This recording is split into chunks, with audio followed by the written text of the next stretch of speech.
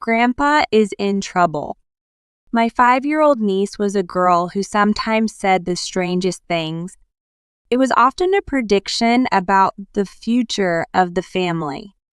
At this time, my father had collapsed from a heart attack, and this niece's power was fully demonstrated when my husband took certain behavior. It was when my husband came back from a business trip and she said, "I feel sorry if you throw away only head in the mountain. You need to bury together." This represented what she said. My name is Scarlett and I am 38 years old. My husband is 2 years older than me and he is 40 years old, Ethan. We were married in the workplace 13 years ago. We still work for the same company, although in different departments. For 13 years after we got married, we even went through fertility treatments in hopes of having a child, but the results did not show up, and eventually we decided to live 2 of us alone. There is not a day that goes by that I don't imagine how much fun it would have been to have a child, but even so, my life together with my husband was enjoyable in its own way, and I was content. Besides, I had a daughter of my younger sister, Taylor, who is now 5 years old. She is a cute little girl and she is very friendly with me. She comes to our house about twice a month and it is our custom to have dinner together. For these dinners, I have even been researching menus that I think the kids will like. Now I enjoy making a menu that Taylor will enjoy. Taylor has a little mysterious power. At first, it was a trivial thing, so I didn't pay attention to it. It was when she came to visit us, she would say, "You're having pasta for dinner tonight, aren't you?" I love pasta, and she guessed exactly what was on the menu for dinner. No one had told her, and moreover, I was just about to go out for shopping, but Taylor guessed it right on the spot. After that, Taylor's mysterious powers continued to be demonstrated. That was before my father's illness was discovered. She said suddenly Grandpa is in trouble. I didn't know what was so serious at the time, but a few days later, my father had a heart attack. He had always had a chronic heart condition, but Taylor predicted my father's stroke. When she said, "Grandpa is in trouble," I knew without a doubt that Taylor had foreseen my father's attack. From then on, whenever Taylor told us that someone was in trouble, we would watch carefully. And then the day came. Again, Taylor said, "My great-grandma is in trouble." My grandmother was already hospitalized with terminal cancer. If my grandmother is in trouble, does it mean that she is dying soon? The whole family kept a close eye on my grandmother's condition. And then a few days later, my grandmother breathed her last. I thought of that and counted the days from the day she predicted my father's attack to the day he collapsed, and the days from the day she predicted my grandmother's death to the day she really died.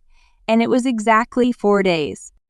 Thus, 4 days after Taylor's prediction of someone is in trouble, it became a common theory that something would happen. After that, she said to me, "Auntie Scarlett is in trouble." I had no pre-existing condition and had no idea what the trouble was. However, 4 days after Taylor said so, something always happens. It was a confirmed fact, so I went about my daily life after those 4 days being very careful. Then I was on my way home. I was waiting at a traffic light on a busy street when a car plowed into me from behind, honking its horn. I immediately thought, is this what Taylor predicted? And I was able to avoid the car. The car just rammed on an electric pole at a tremendous speed and was badly damaged. It is no exaggeration to say that I was saved thanks to Taylor's foresight. I was able to return home without any problems after that. So I knew that Taylor's prediction was a traffic accident. I called Taylor as soon as I arrived home. "Taylor, Thank you for today. I was relieved owing to you. Thank you so much for telling me that I will be in trouble. Taylor seemed so happy that I could tell even through the phone and said, Hey, hey, I'm so glad nothing happened to Auntie Scarlett. Taylor's power seems to only apply to family members at the moment, but I felt that it is also a power that should not be revealed to anyone. If it were to be misused, it would be Taylor who would be hurt. However, there was one person who was uncomfortable with this power, and that was my husband. My husband also loved Taylor very much when she was little. However, when this power was demonstrated, he started to distance himself from Taylor.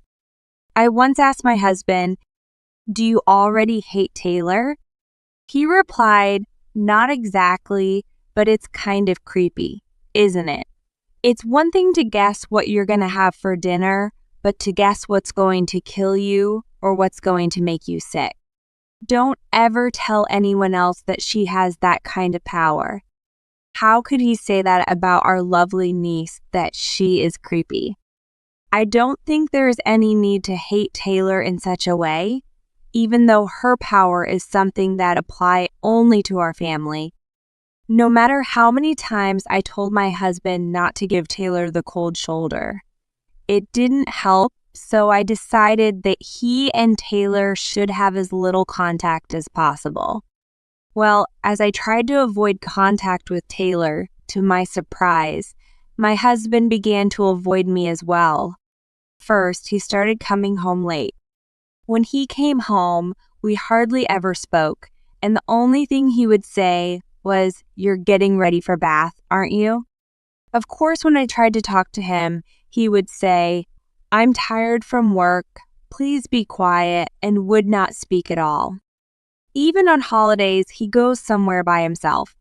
He never seems to say where he is going. In addition, I feel that his opportunities to go on business trips have increased. Originally, he went on a business trip once a month, but the number has increased to 2 or 3 times. I had no idea what this meant at the time, but one day an incident occurred. My husband was going on a business trip starting that day. It was for day and a night. My sister and her family were going to stay with us during this period. I finished my work on time and went home as soon as I could. Soon after, my sister and her family arrived.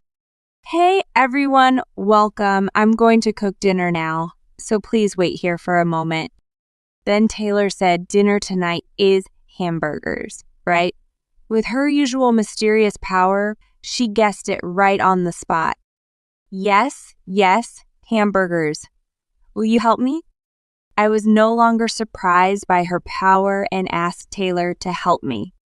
Yes, Taylor cheerfully responded, and we began preparing hamburgers. We finished cooking dinner and spent a pleasant dinner time with my sister and her family. I took a bath with Taylor and we had a parent-child kind of time. Then, in no time at all, it was time for Taylor to go to bed. Now it was time to enjoy drinks with my sister and her husband. I casually mentioned that my husband was avoiding me. I feel Ethan has been avoiding me lately. He comes home late and we don't talk much anymore. What could be the reason? Oh, isn't it just your imagination? Ethan has always cared about you, hasn't he? I don't know, but he seems to be going on more business trips, and he also goes out alone on his days off. He doesn't say anything to me, so I'm worried. If you are so worried about him, why don't you ask someone at workplace? You work in the different department, but at the same company. You must at least know someone there. When my sister's husband told me this, I finally came up with the idea, oh, right, I should just ask them. I thought there was nothing I could do about it. I should have done what I had to do before worrying about it. Once I thought that, I suddenly felt energized. I decided to talk to my colleagues at work as soon as possible tomorrow. In the meantime, It was 23 W at night. It was time to go to bed or I would have trouble tomorrow. Then Taylor, who I thought was sleeping, woke up and tell Ethan is coming home. Something is weird, she said. Taylor, Uncle E, then isn't coming home today. Okay, I said so, but she said, no, he's not. He's already on his way here. He will be here soon. If Taylor said so, it must be so.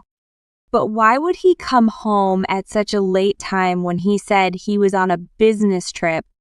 I have also been feeling somewhat disturbed. Soon after, the front door was open. We all went to the front door to meet my husband, who looked gaunt and tired. As soon as she saw him, Taylor said, "Until Ethan, I feel sorry if you throw away only head in the mountain you need to bury together." What? My sister and her husband and I, who were there, looked at Taylor, and our heads were filled with question marks. But my husband was different. Distraught by Taylor's words, he took out a self-defense bat that we had kept in the umbrella stand. He swung it at Taylor. "Look out!" I shouted, and immediately my sister's husband stepped in between us. He caught the bat, picked it up, twisted up my husband's arm, and seized him. What an amazingly quick action. Come to think of it, my sister's husband had studied self-defense. He would never have thought that self-defense would come in handy in a situation like this. My husband, who had been held down on the ground, was initially flailing about, but gradually gave up and became quiet. My sister was hugging Taylor. I decided to talk to my husband, who was being restrained. "Honey, no more outbursts. I'll get him to let go if you promise." My husband nodded slowly to my words. I asked my sister's husband to let go of his hand. Then my husband was released, but he was unable to move from that spot for a while. I urged him to stand, and he finally did. Then we gathered once in the living room to talk to my husband. I would ask him to tell us what Taylor had said earlier. I secretly started recording using the voice recorder function on my phone just in case. If my husband tries to run away after this, I will submit this recording to the appropriate authorities. And he told us everything. These months, from the time he became cold to me, my husband had been having an affair. Her name is Mary. She is 28 years old, much younger than me.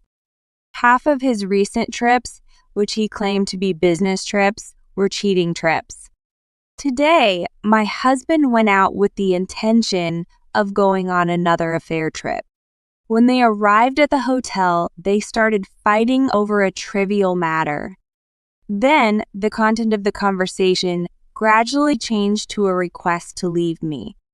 My husband said that he had no intention of leaving me, although he was cold to me. I don't know if he meant it or not. Then, when he told her that he had no intention of leaving me, the fight heated up even more. The two of them got into a heated argument. Then it was my husband who lost his temper. When he pushed Mary too hard, she lost her balance, hit her head on the corner of the table, and fell down. At that time, my husband assumed that Mary had passed away without really checking to see if she was real. Now only my husband himself knows whether she was really dead. Then my impatient husband remembered something he had seen in the news recently about a body whose head had been cut off in order to delay the discovery that it was Mary. Thinking that if he did the same, it would surely delay the discovery of the dead body, my husband left the hotel at once and purchased the necessary items, including a knife. He then cut off the head in the bathroom. He then snuck out of the hotel with the severed head and all of Mary's belongings. They buried the head in the mountain, just as Taylor had said. As Taylor said, the body is probably still at the hotel, undiscovered. I took a closer look at my husband's outfit and found that the hem, and cuffs of his suit were stained with mud. Moreover, there was quite a lot of luggage. It must have contained Mary's luggage. Thus, my husband finished explaining most of the details. By then, Taylor was completely in a dream. I don't know if Taylor can understand this story, but I don't want to make her listen to this disgusting story. I am glad she went to bed early. When my husband finished the story, he said, "Can you please keep quiet about this? Because we're family, right? You'll protect me, right?" He clung to me. "No way. If you honestly don't want to go to the police, we'll go to the police and tell them this story," I said coldly. "But you don't have any proof. You don't know who Mary is or which hotel she stayed at from my story alone, do you? And you don't know which mountain Mary's head was dumped on, or what? Are you going to ask Taylor to predict which mountain Mary's head was dumped on?" My husband's eyes were full of madness as he laughed. I thought it would be easy. If a body is found tomorrow morning with no head, and it is a woman named Mary, and I am sure it is my husband who is out of the loop, they will be able to track the city's security cameras and find out where he went in no time. If they know which mountain she are buried in, I think they can find Mary's head quickly using police dogs, police manpower, etc. Plus, I got this whole conversation recorded. If I take this to the police, I think it would make a great piece of evidence. It's not that I don't have any evidence. I think it would be better for you if you went to the police quietly, don't you? When I finished my explanation, my husband sagged. The next day, I took him to the police station. The day before, while going through my husband's belongings, we found a package belonging to a woman named Mary. It contained an employee ID card, and I found out that she was my husband's subordinate at the same company. As long as they knew it was a subordinate, all they had to do was contact the company and they would know any information immediately. My husband would have come home with the package and hoped to delay the discovery, but on the contrary, it turned out to be an early discovery. Stupid husband. I thought he was too shallow to think. Well, I'm sure that without Taylor's words, the incident would not have even been discovered, but I am beginning to think that Taylor's presence in our home was not a coincidence. It was inevitable that Taylor was in our home. Speaking of which, I felt that Taylor's behavior had changed a little. She has forgotten everything that happened yesterday. Her own words, "Feel sorry if you throw away only head in the mountain," had all disappeared from her memory. Besides, I felt that the atmosphere had changed a little. She had looked more mature before, perhaps because of her mysterious power. But today she looked like an energetic girl of 5 years of age. Seeing this, my sister said, "I bet she can't even guess what we're having for dinner now." I had a feeling of that too. It seemed that Taylor's mysterious power had been used up yesterday. After that, my husband confessed everything to the police. He must have thought that he could no longer escape, as we admonished him to do. If he could not escape, I think he thought that he would get a lighter sentence by admitting his guilt. I mean, it seemed to me that it was impossible to get a lighter sentence for taking someone's life and breaking up the body, but if that's what my husband thought, I thought it was fine. We divorced while my husband was in prison. The fact that my husband was a murderer was unbearable, but more unforgivable was the fact that he had been unfaithful. We had a thorough discussion with my parents-in-law, and they agreed to cover the fees for the affair. I would have also filed a claim for alimony against a woman named Mary, but she passed away. I decided not to file a claim. I simply decided that it was better not to have anything more to do with Mary's bereaved family. My husband won't be able to get out of jail for a while. It is hard to believe that after all the things he has done, he is in the news and his sentence is so light. I hope he will spend his days reflecting on what he has done. On the other hand, I decided to quit the company I had worked for and change jobs. I didn't feel comfortable at the company where my husband and his adulterous partner. It was not my intention to run away from the company, but I decided to quit because it would only make people around me feel uncomfortable. I was introduced to my new job at a business partner of the company where my sister's husband worked. The fact that I could earn the same amount of money as before was also a good point. I also moved out. I rented a new apartment that was large enough for one person. I didn't want to be far from Taylor, so I rented an apartment not too far away. From now on, I hope to enjoy the single life and get along well with my sister and her family. I want to work hard and play hard so that my life alone will be enjoyable.